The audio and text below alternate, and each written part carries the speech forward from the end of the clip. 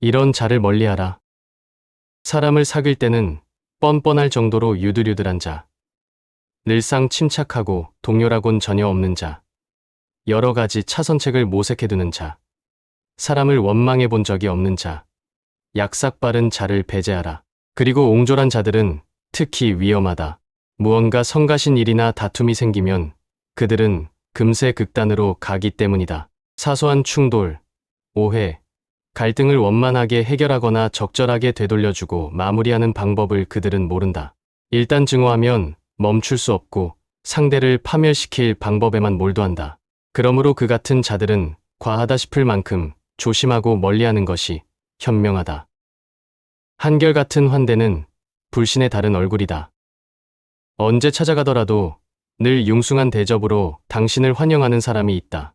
그러한 환대는 당신의 기분을 들뜨게 하고 상대가 좋은 사람이라는 인상을 심어준다. 그러나 이러한 환대는 아직은 마음을 놓아서는 안 된다는 적신호일지 모른다. 무조건적인 환대란 상대편의 적의를 마비시키기 위한 경계 수단이 되기도 하기 때문이다. 당신을 진심으로 신뢰한다면 과장된 환대는 필요치 않다. 완전한 친구로 받아들이고 안심함으로써 경계할 필요성을 느끼지 못하기 때문이다. 실체는 가려져 있다. 누군가의 인격 그 자체 혹은 날 것 그대로의 모습을 적나라하게 들여다볼 수 있는 경우는 드물다.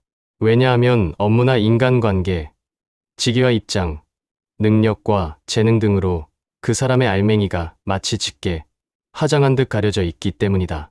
그렇기 때문에 일도 지위도 능력도 소용없어졌을 때야말로 그가 어떤 인간인지 비로소 많은 이들의 눈에 드러나게 된다. 교활한 자의 본질. 교활한 사람, 비겁한 사람은 간혹 본질을 파악하기 어려운 사람으로 포장되기도 한다. 때로는 이해가 되지 않는다는 이유만으로 심오한 내면을 지닌 사람으로 간주되기도 한다. 그러나 그들은 결코 복잡하거나 심오한 내면을 가진 사람이 아니다. 언제나 눈앞의 이익만을 생각한다는 의미에서 실은 너무도 단순한 인간에 지나지 않는다. 즐길 수 없는 자가 쾌락을 추구한다. 무슨 일에든 열중하지 못하고 노는 것에만 정신이 팔린 사람은 쾌락만을 탐닉하는 듯 보인다. 쾌락에 젖어 더 큰 자극과 활락을 추구하는 타락한 이로 보인다. 그러나 그는 무슨 일을 해도 즐겁지 않으며 조금의 재미도 느낄 수 없기에 끊임없이 쾌락을 갈구하는지 모른다. 달리 말해 그 사람은 진정 즐거운 일을 아직 만나지도 발견하지도 못한 것이다. 타인의 불행을 기뻐하는 심리. 타인의 불행을 기뻐하는 자들은 일이 의지대로 되지 않는 것에 대한 불만, 무력하다는 고통, 충실감이 결여된 데에 대한 비관 등 갖가지 불평과 울분을 마음속에 감추고 있다. 그들은 타인의 불행을 보면서 평소 가지고 있던 시샘과 질투를 누그러뜨린다. 타인의 온갖 불행과 실패를 빠짐없이 기억해두고 그 사람보다는 더 나은 상황이기에 자신이 더 행복하다고 위안 삼는다. 늘 아래만 바라보며 누군가의 불운이나 불행, 약점을 찾는다. 그렇기에 그들의 기쁨과 슬픔은 삐뚤어져 있다. 전적으로 타인과의 비교를 통해 내려진 판단이기 때문이다. 자기 일에 열중하는 친구를 사귀어라. 친구를 사귈 때에는 자기 일에 열중하는 친구를 사귀어라. 일에 충실하고 책임을 다하는 자는 건강한 인격을 지녔을 확률도 크다.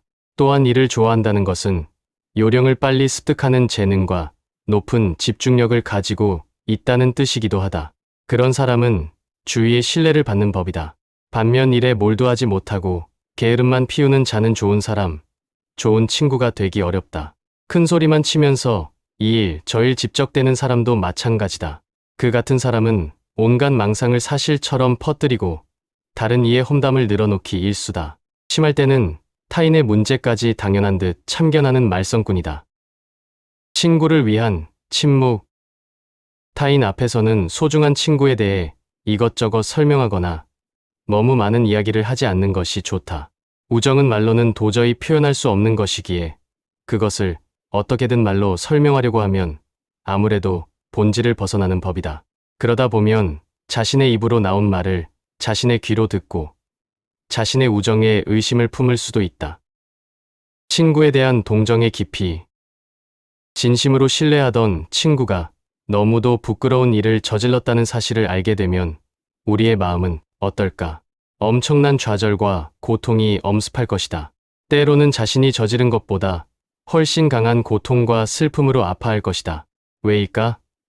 아마도 친구에 대한 신뢰와 동정에는 짙은 순수가 내포되어 있기 때문일 것이다. 이는 조금도 이기적이지 않다. 인간 존재 그 자체에 대한 사랑의 시선이며 그것이 친구의 수치스러운 행동에 감응하는 것이다.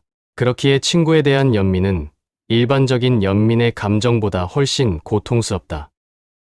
타인의 어떤 면을 볼 것인가? 타인의 약점과 속임수를 재빨리 알아챈다.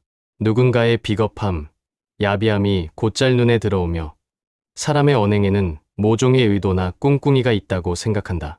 반대로 사람 안에 있는 인간적인 위대함을 순순히 알아차린다.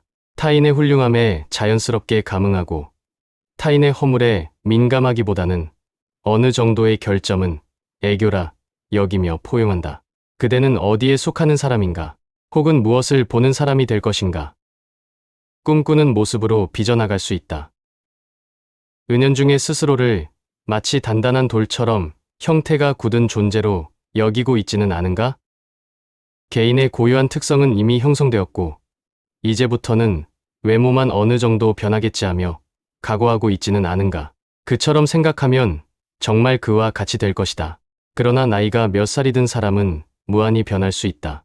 그릇을 빚듯이 자신이 꿈꾸는 모습 그대로 스스로를 빚어나갈 수 있다.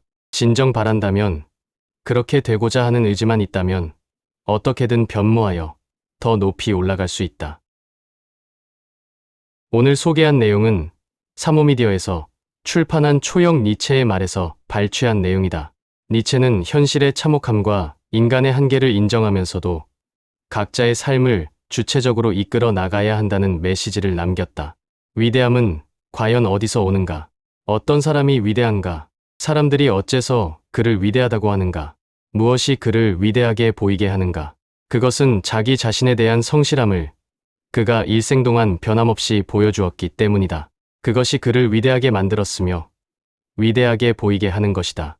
니체는 노예의 도덕에 허우적대지 말고 인간 본연의 모습을 찾고 인간의 능력을 최대한 끌어모을 것을 주장했다. 그렇기에 자기의 인생을 주체적이고 성실하게 살아가지 않는 사람을 멀리해야 한다. 이러한 마음가짐을 가진 사람은 자기 인생을 책임지지 않고 그저 다른 사람에게 의존하거나 깎아내리는 데에만 몰두할 것이다. 반대로 나 자신은 주체적인 삶을 살고 있는가 반성하게 된다.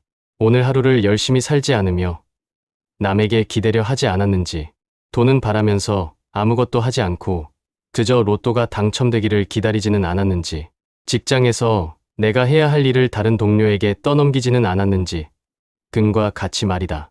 내 삶의 주인이 되고 선한 도덕성을 가진 인간이 되도록 나아가야 한다.